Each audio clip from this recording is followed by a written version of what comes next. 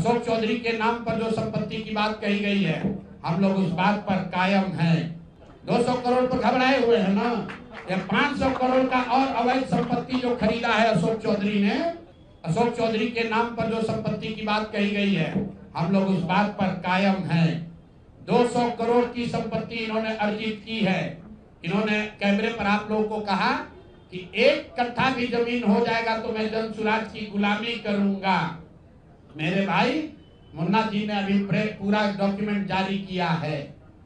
अगर या तो उसको आप रिबटल कीजिए कि ये आपका जमीन नहीं है, और अगर जमीन है तो जनसुराज की गुलामी मत कीजिए, बिहार के लोगों की गुलामी के लिए तैयार होइए, इस्तीफा दीजिए।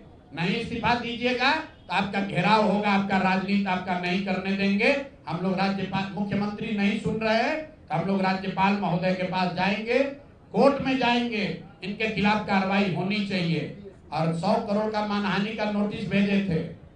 आज डर के मारे शायद कहे हैं कि अब आगे ये हम कानूनी कार्रवाई नहीं करेंगे, तो 5 दिन के अंदर अंदर आधिकारिक तौर पर लीगल नोटिस वापस ले, और नहीं लेंगे तो इन पर 500 करोड़ का और घोषणा करेंगे। नोट कर लो भाई, 200 करोड़ पर घबराए हुए हैं ना।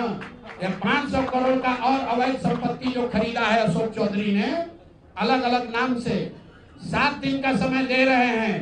तो मैं आज कोई भी खुलासा करने से पहले अपने लिए, अपने जनसुराज में जुड़े हुए साथियों के लिए और बिहार की जनता के लिए बात बताना चाहता हूं कि अभी आपको आंकड़े जारी कर रहा हूं, उसको नोट कीजिए, ताकि बिहार की एक एक जनता जाने कि जनसुराज का पैसा कहां से आया है, किस माध्यम से आया है और वो कहां खर्च हो रहा है। मैं ऐसा इसलिए कह रहा हूं कि कोई कल उंगली न उठाए कि प्रशांत किशोर भी दूसरे पर इल्जाम लगा रहे हैं, दूसरे लोग भी प्रशांत किशोर पर इल्जाम लगा रहे हैं। तो हमारी ये नैतिक जिम्मेवारी है कि मैं आपको स्पष्टता से वो फिगर बताऊं।